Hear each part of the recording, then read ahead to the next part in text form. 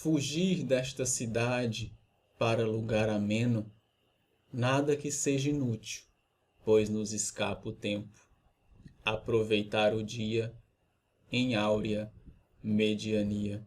Assim sonhavam os pastores árcades. Estas eram as características tradicionais do arcadismo. Mas será que elas funcionaram no arcadismo brasileiro?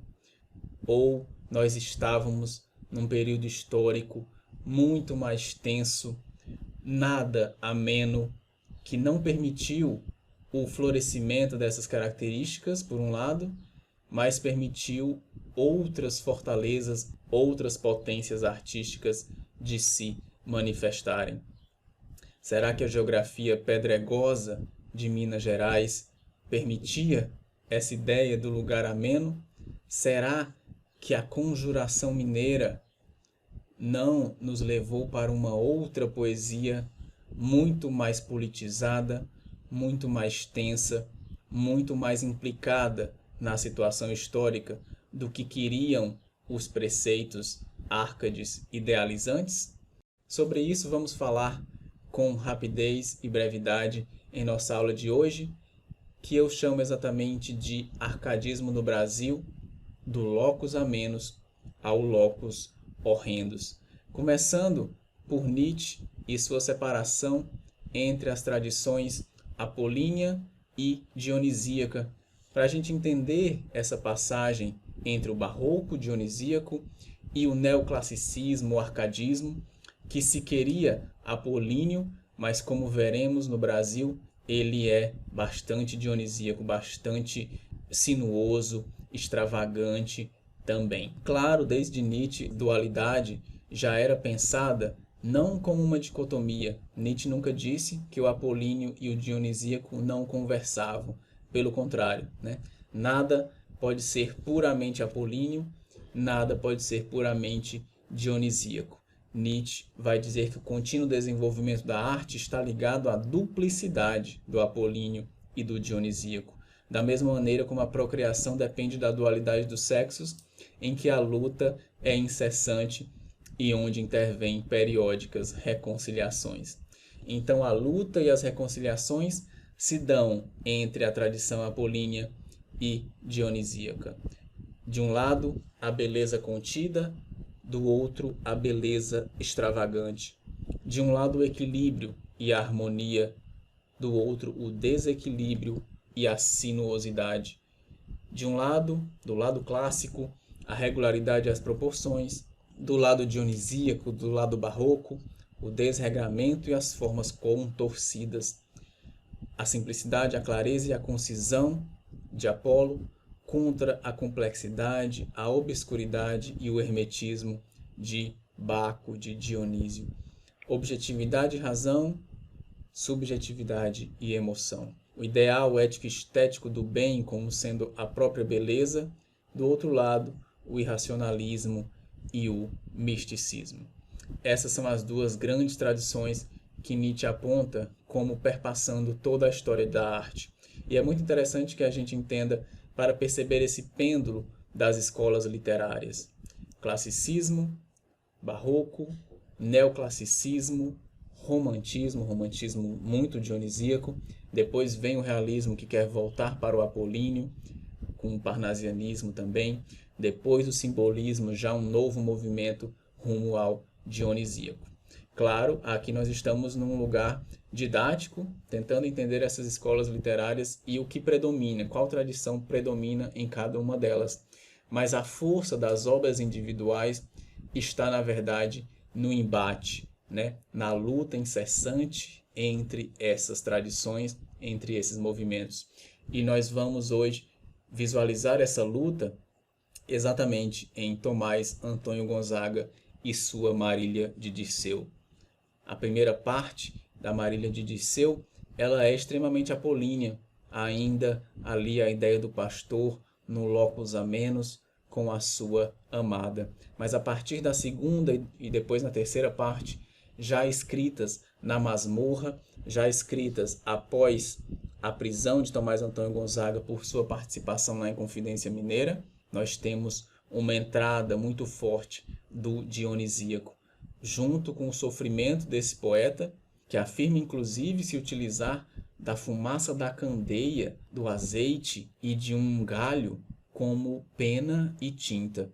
Vejam a situação desse poeta na masmorra, que busca inclusive a poesia como uma espécie de terapia contra o seu sofrimento. Então aqui nós temos o Tomás Antônio Gonzaga apolíneo em seu espaço de advogado, de ouvidor, e do outro lado o Tomás Antônio Gonzaga dionisíaco na masmorra. Vamos começar então pelo Tomás Antônio Gonzaga apolíneo com a lira 3 da parte 3. Vejam aí como a questão não é dicotômica. Nós estamos na parte 3, já liras escritas na masmorra, mas mesmo assim, em muitas delas, prevalece a harmonia, prevalece o apolíneo, ainda que a situação histórica tenha entrada no poema. Essa lira 3 da parte 3 é exatamente um poema muito conhecido do Tomás Antônio Gonzaga, considerado um dos seus melhores poemas, exatamente porque a história entra no poema, mesmo que seja para negá-la, né?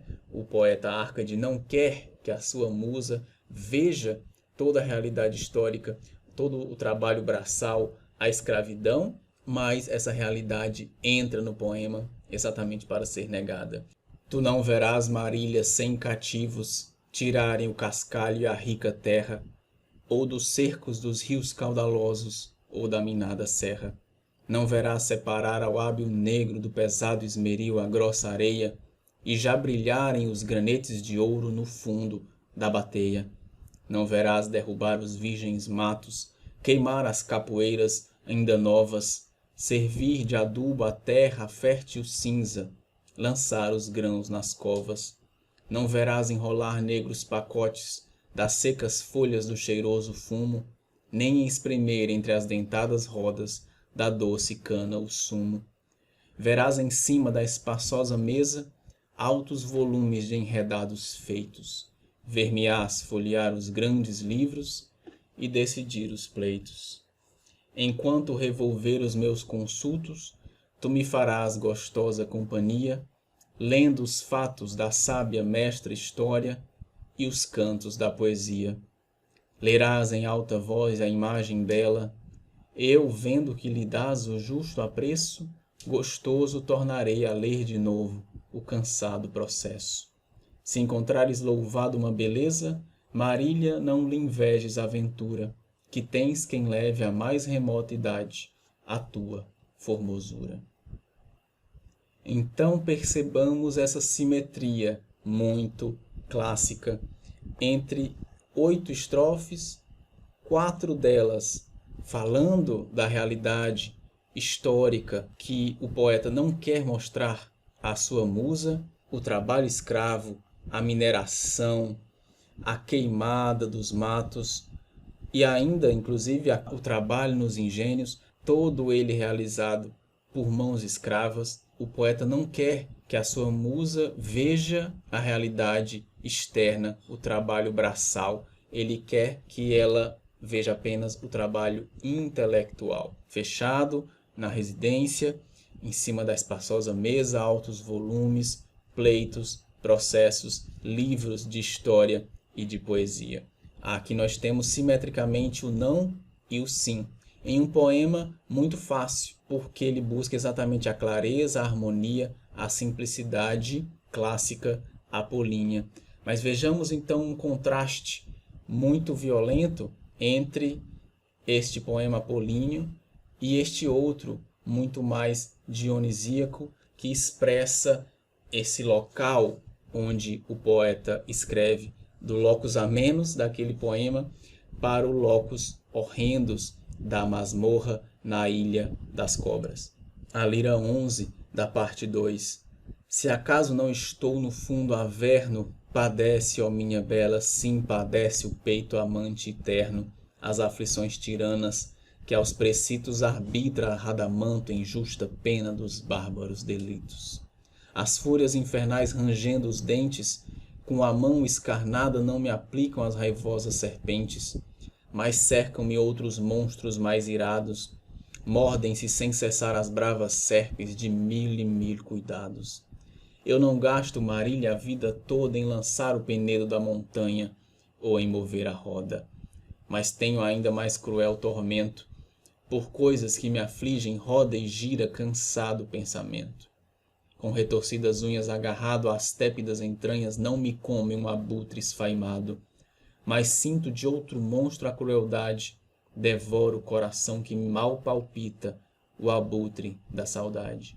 Não vejo os pomos nem as águas vejo, que de mim se retiram quando busco fartar o meu desejo.